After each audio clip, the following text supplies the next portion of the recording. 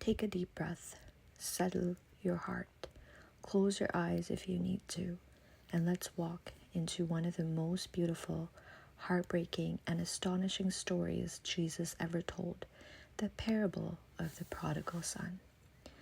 Imagine with me for a moment a father, an old man with kind eyes, scarred hands, and a heart too big for the world he lives in. He has 2 sons, and one day the younger one looks him in the face and says words no father should ever hear. Give me my share of inheritance. In that culture, it was the same thing as saying, Father, I wish you were dead. You're only worth what you can give me. And the father lets him go. Now pause there, because already the parable begins not with the son's rebellion, but with the father's heartbreak. The father divides what was his life's work, his property, his very identity, and hands it over. Do you realize in that moment the father himself became poor? He gave part of his very life away for a son who completely despised him.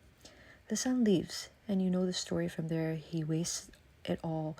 Wine, parties, lovers who vanished when the money dried up, until he finds himself starving in a foreign land, working among pigs, creatures that for a Jewish man symbolized both shame and uncleanliness. And in that filth he remembers one thing: my father's servants have bread to spare. And so, rehearsing an apology, he limps back home. I'm no longer worthy to be called your son. Make me like one of your hired men. Now here's where Jesus shocks his audience, because Jesus says, while he was still a long way off, the Father saw him. The Father must have been waiting, scanning the horizon every day. And then Jesus uses a phrase that would have scandalized everyone listening. He says, the Father ran.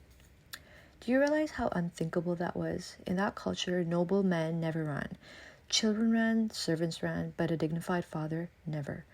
To run, he would have had to hike up his robes, exposing his bare legs, an act considered shameful, humiliating. And yet, his father runs. Why?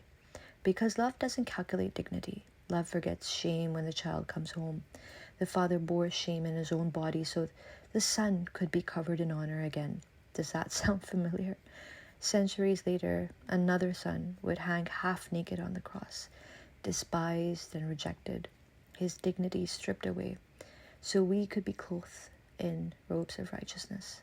The Father running is the gospel in motion. The son begins his rehearsed apology, but the father interrupts. He doesn't even let him finish. Quick, bring the robe, the best one. The robe covers filth. Put a ring on his finger. The robe is authority, restoring him as family, not as a servant. Put sandals on his feet.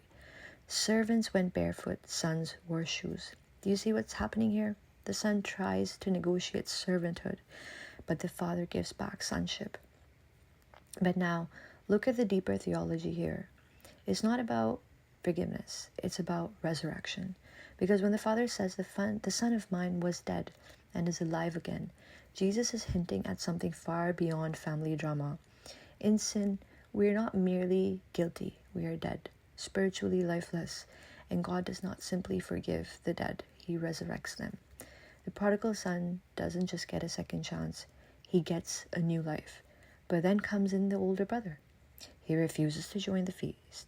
He says, all these years I've enslaved for you, yet you never gave me even a goat to celebrate with.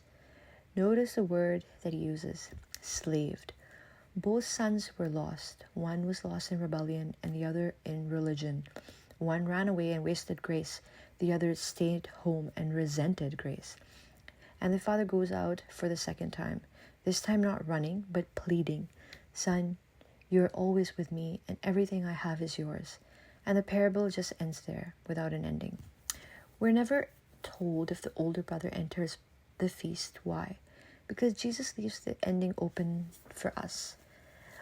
Will we join the Father's celebration of grace, or will we cling to resentment, nursing the idea that others don't deserve what God has freely given us? And here's the hidden mystery. The story of the prodigal son is not just our story of coming home. It's Jesus' story too. Think about it. Jesus is the true son who left his father's home, not in rebellion, but in obedience. He journeyed into a distant country, our world, where he took on the hunger, the shame, the filth of humanity.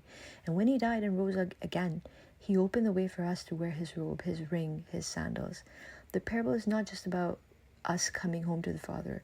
It's about the Father sending his perfect Son, Jesus Christ, so that all the prodigals could be welcomed at that table. So let me ask you, where are you in this story tonight? Are you the younger son, ashamed, rehearsing apologies, afraid to come back home? The Father is already running. Or are you the older son, resentful, standing outside of the celebration, convinced you've earned more than others, and the Father is pleading with you to come in.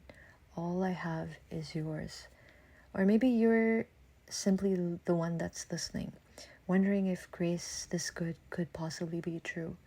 It is, because Jesus told this story not to entertain, but to show us the very heart of God, the God who runs, a God who covers shame, a God who resurrects the dead, a God who invites both the rebellious and the religious to sit at his table and call him Father.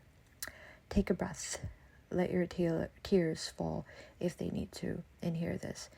No matter how far you've gone, no matter how resentful you've been, no matter how dead your spirit has felt, the Father is still scanning the horizon. And when he sees you take even one step toward him, he will run.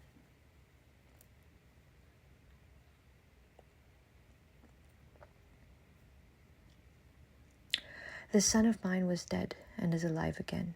He was lost and is found. That's your story too. And it's all because of Jesus. If this story touched your heart today, I invite you to join me in this journey. Like this video so more people can hear the hope of the gospel.